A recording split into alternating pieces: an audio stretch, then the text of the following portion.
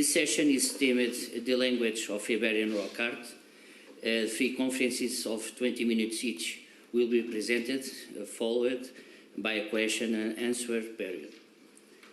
We will then present the first speaker, who brings as the theme Anchors in Time and Space, Prehistoric Portuguese in Their Environment and Social Context by Fernando Pimenta. Is a lecturer on statistics at the Instituto Superior Técnico in Lisbon and is now an electrical engineer specializing in energy and control systems. He was working in several astronomy projects in Portugal and Spain. Fábio Silva is a postdoctoral researcher in archaeology at the University of Bournemouth in Dorset, United Kingdom, and tutor at the Sophia Centre for the Study of Cosmology in Culture at the University of Wales. He is co-founder and co-editor of the Journal of Skyscape Archaeology and the secretary of SEAC, the European Society for Astronomy and Culture.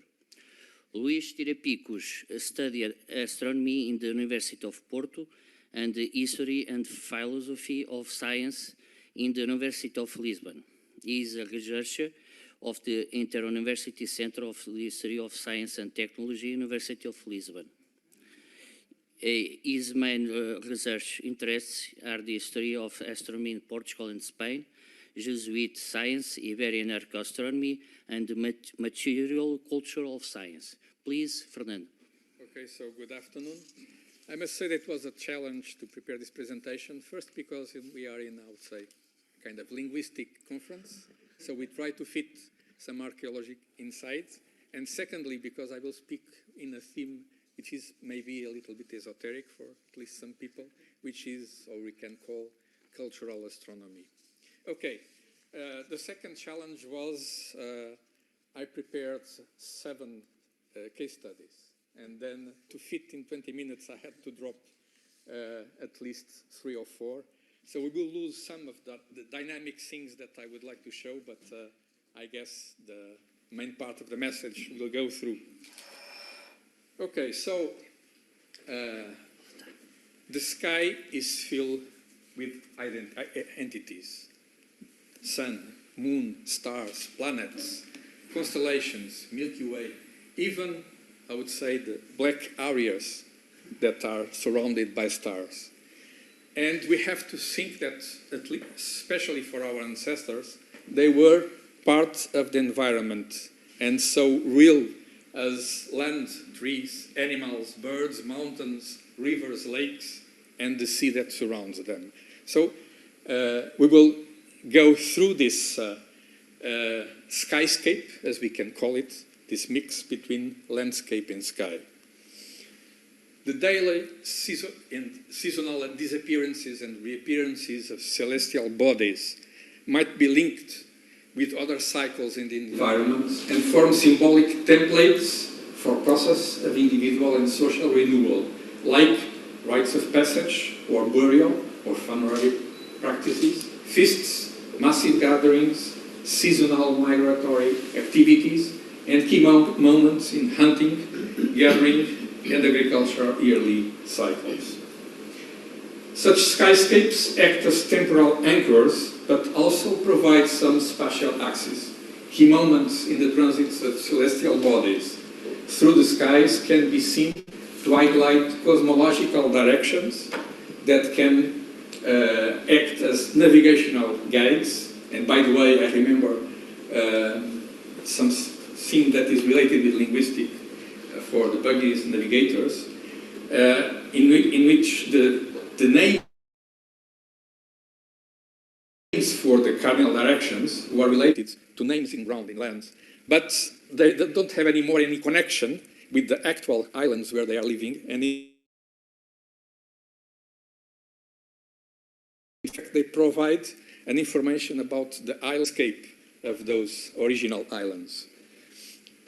So the question is, can we speak about a skyscape language level in connection with rock art. That's what I will try to explain in my presentation.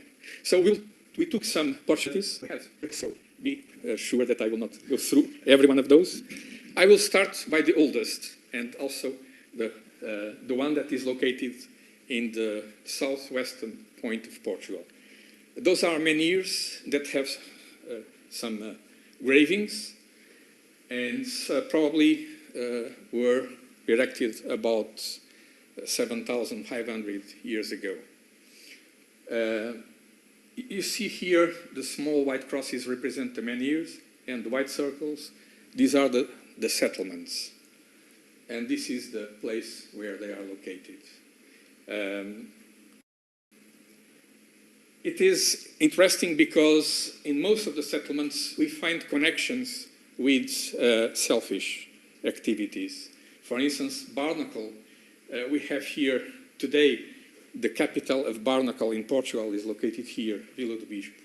And in the tomb here, the level over which the corpses were deposited was made from this Barnacle shellfish. And we have a lot of other indications that shellfish was a very important part of their activity, not only for food, but also as a symbolic element. In the same region, we have temporary lagoons. It's a very dry region without water, but during or between autumn and spring or middle spring, we have the temporary lagoons that, well, some of them have very special animals. I would say some prehistoric animals. And in the area we have today nearly 300 menhirs. We have to imagine that most of the menhirs were destroyed.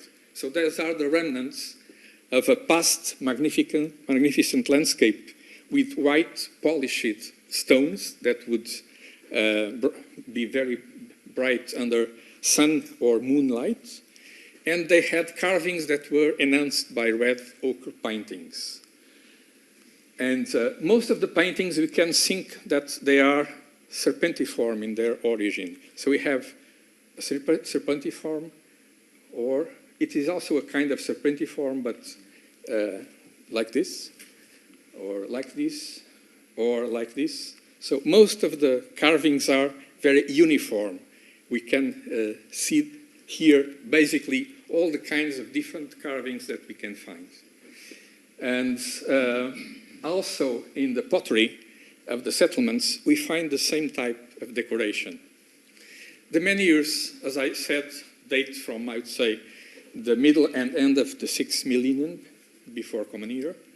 And one question that archaeologists ask themselves is, do menhirs represent an anthropomorphic image of the Neolithic man, empowered by animal domestication? So these are just some datings. The first two correspond to a menhir. The rest are from settlements, but we see that we have this date of about 7,500 years in the past. In the statistic work that we did for these 280 menhirs, we saw that they were erected normally at higher ground with smaller slope, which means easier access to the menhir. Slopes were turned to east or southeast, and they present a kind of cluster spatial distribution. You can think of a cluster like an oasis, but if we look at a bigger size, this clustered pattern and distribution becomes regular, like this. So it is like if you have a grid of about 900 meters and the settlements are located in these grids. When we have this type of organization in the territory, this regular model of occupation, it means that we want to maximize land resources, but it requires also a kind of social interaction and implies a strong sense of community identity, because people have to organize themselves in order to occupy the territory in this regular way. When we looked to the places where the menhirs were placed, we run about a few millions of virtual locations for menhirs to compare with the existing placement of the actual menhirs. And then we saw that the menhirs were placed in locations with horizon features that could be used as markers for rising of some celestial objects. Particularly, the direction of the marks in the horizon were the places where Altair from Aquila and Regulus from Leo will rise back in 500 and 5000 BC. And they have a complementary behavior in the sense that Altair was seen rising between autumn and spring, and Regulus between spring and autumn. So they were complementary in this way. And they would frame in the period that is associated with the shellfish gathering, and in the other way, the period of the temporary lagoons. The most common moonrise position is also the same direction as those two stars were rising back in 5,500 years. And the moon, especially dark and full moon phases, we know that it's very important in agriculture, fishing, hunting, shellfishing, and it makes another candidate for a celestial object. So, for populations that seem to have organized their territory in regular grids, and that had to adapt to the seasonality of land and sea resources, the need for calendrical markers and for ecological reasons or social activities that would reinforce their bonds seems quite natural. And it is not surprising to find markers to celestial objects whose yearly dynamics match the seasonal cycles of terrestrial and marine resources that were important to these early Neolithic communities. So we now jump to another case study, the open enclosures in Alentejo. Basically, the shapes are in the form of a horseshoe that is open to east. Many of those enclosures, they have engraved menhirs. I have here a sample of some of them with crescents, circles, horseshoe, croziers. And normally archaeologists think about those enclosures as a kind of anthropomorphized standing stones that surround a scenic place or scenic space turned to east. They are complex in their architecture, but they follow ellipsoids, and we can see which is the major axis direction of this ellipsoid. And for an analysis that we did, a statistical analysis, we saw that there is a preference for the orientation of the rising autumn full moon. The monuments were linked to the early stages of Neolithization in the region. That means that they had a mixed way of subsistence. They were not agricultures, they were probably hunters doing some gather, pastoralism, and maybe a little bit of farming, and therefore they were probably seasonally nomadic, so they were not all the year at the same place. The raising of ovicaprids, especially sheep and goats, require fresh pastures, and Alentejo, even back in that time, was very warm in the summer. So they have to look for fresh pastures during summer.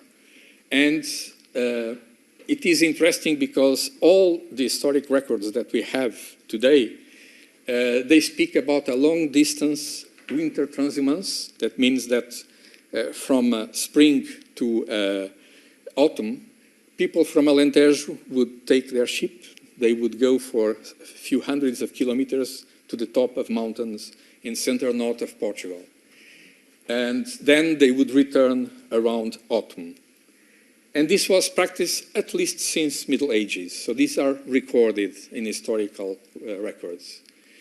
And if we accept that back in the Neolithic times, there was already some sort of this long-distance transhumance, then people would return around, so starting autumn, around the autumn full moon, and maybe the use of those enclosures had this social or religious ceremony connected to be used when they were back to their lands. When we speak with rock art, and the following two case studies are about rock art, there is an interesting discussion subject, which is how are the stones, the slabs that will be decorated open air, how they are chosen. What is the selection behind? Okay. So we can speak about volume, prominence, accessibility, watercourses, orientation, prior existence of motifs. Maybe the rock itself or the slab has some pre-existing natural forms that appeal to the decorator to follow that idea. Topography, prominent location, surface quality. And what we found in some of the studies we did is, for instance, surface quality is not an issue. We can find two slabs close to each other, one with a rough surface and the other with a smooth surface, and probably the rough surface was used to be decorated and not the smooth. So there is no relation with the surface quality. We start by Coa. Coa is on northeast of Portugal, a Paleolithic site, about 1,000 engraved outcrops. At least half of them are from the Pleistocene, and they are located at lower altitude. It's a little bit the inverse of the menhirs. They are located near the water.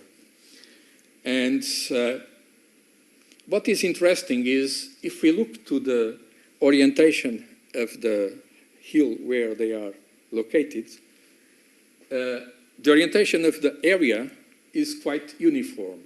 But for the ones that were chosen to be engraved, they are on the southeast direction. So it's a pattern that is clearly of orientation.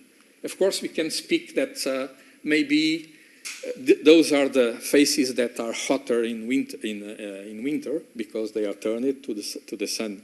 Or maybe there is a symbolic or seasonal association with winter sunrise and summer full moon rise. So now we'll jump from Paleolithic to a little bit later, I would say Bronze Age. And we will concentrate on this area, those mountain area from which there is this transhumance activity between Alentejo, that is here, and the mountains with the pastures. So this is the direction that follows this long distance transhumance I spoke about. So there are about 1,000 engraved that were recorded, and the petroglyphs are dated from Paleolithic, Bronze Age, Iron Age, up to modern times. And most of the outcrops that were engraved follow ridges that were used for millennia as natural pathways for animal migrations and for men.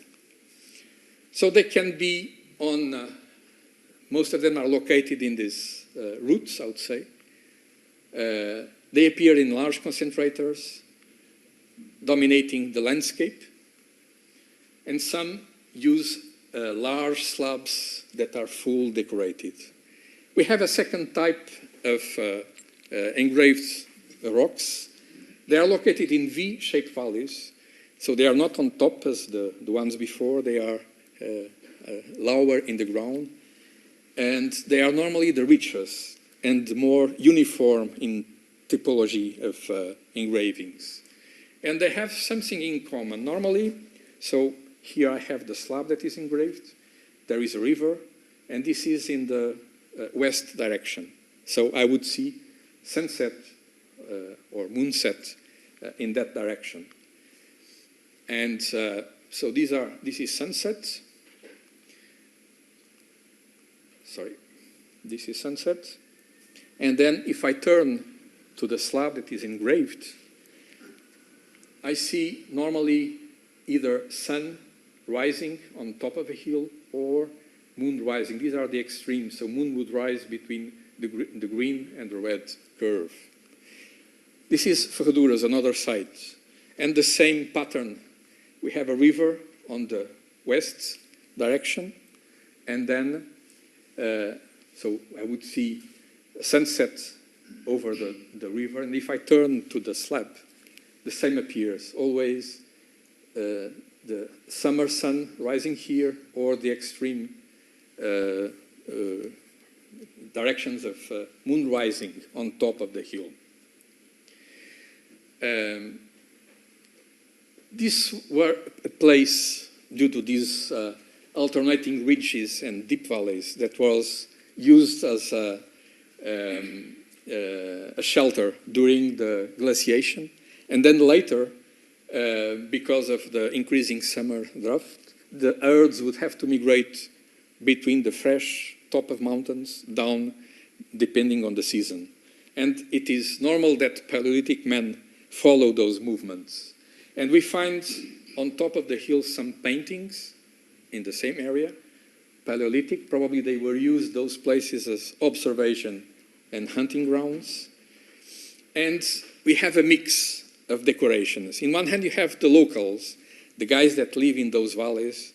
And in the other hand, you have the foreigners, the shepherds, the traders, and also the miners, because there are a lot of mines in the region. So in the Chalcolithic and Bronze Age, a lot of people would come in summer and occupy the top of the hills. And you had the locals, and probably you would have some contact and some conflict between the two types of populations. So rock art can have been used, of course, as an orientation reference, but also probably played a role as a delimitation of cultural boundaries between the resident population and the foreigners, the shepherds, miners, and traders that were crossing the area. The special case of the podomorphs, so these the depictions of human feet. We have this type of engravings on all the, or nearly all the regions. And the interest is, again, the slopes that were chosen to be engraved are turned to southeast, as we saw in the Paleolithic art of Koa. And if we use the podomorph, because the podomorph gives you an axis and a direction of walking.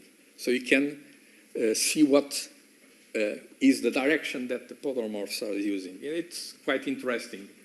Here we have some types of podomorphs. We can say that we have the X-tree of shoes, starting by the feet, and then maybe a Roman or type of sandal, and then finally a proper shoe. What is interesting is it's like an antenna. So this represents the direction of the depictions of the human feet from different areas, not related, not connected, not seen from each other, and they are pointing either on the southeast or northwest. So the seasonal summer occupation and interest in eastern horizon explain a possible association with rising of summer, full moon, and in some years, what we call the major moon standstill, the moon would not be seen because it was too low, and it will be just a kind of brightness behind a mountain, some bright glow that would be seen. And it's interesting because the past Portuguese religion has moon as one of the important roles, and it was later integrated by Catholicism in the devotion to Saint Mary. So normally they have a celebration of the Lady of the Hill, and this lady is normally represented in those chapels as Saint Mary over a lunar crescent. What's interesting is there is a folk stories, and the folk stories are always the same. The statues that are now worshipped in those chapels were lost in the past, or they were hidden because you had external enemies. Doesn't matter, but depending on the story, The enemy is a Visigoth or a Roman or a Moor or something else. It's a foreigner.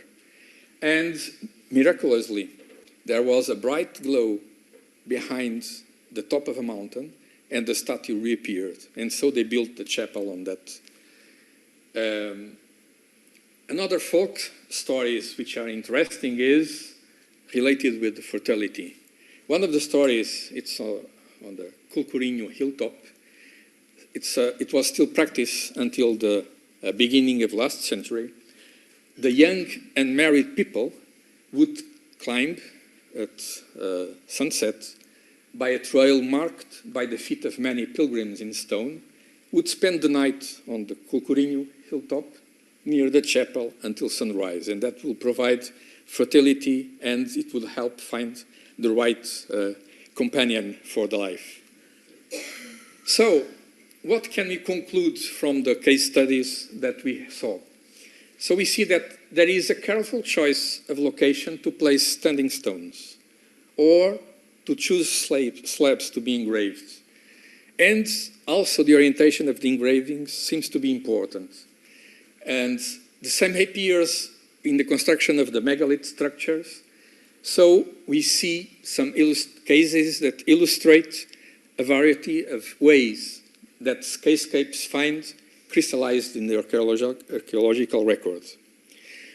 So, in one hand, the spatial axis makes some structure horizontal, but we also have those temporal anchors. We spoke about migration, about these seasonal yearly cycles that represent the transition moments in the lives of those communities. So in Portugal, where the subsistence have been largely tied to pastoralism, it's no wonder that we find alignments to celestial events that mark key moments in the transhumant cycle, beginning of the moving to the highlands, the summer climax, and the descent to the lowlands. So we have spring, summer, and autumn. Not winter, curiously. But even earlier, as we saw with the menhirs in Vila do Bispo and Lagos, and predating the arrival of domesticates, we find the menhirs of Algarve were already placed in locations where rising of two bright stars framed the season for shellfish and for the liquid phases of the lagoons, the most substantial subsistence activity in the region. The seasonal cycles of landscape, skyscape, and society appear inextricably linked throughout X3, Opera X3.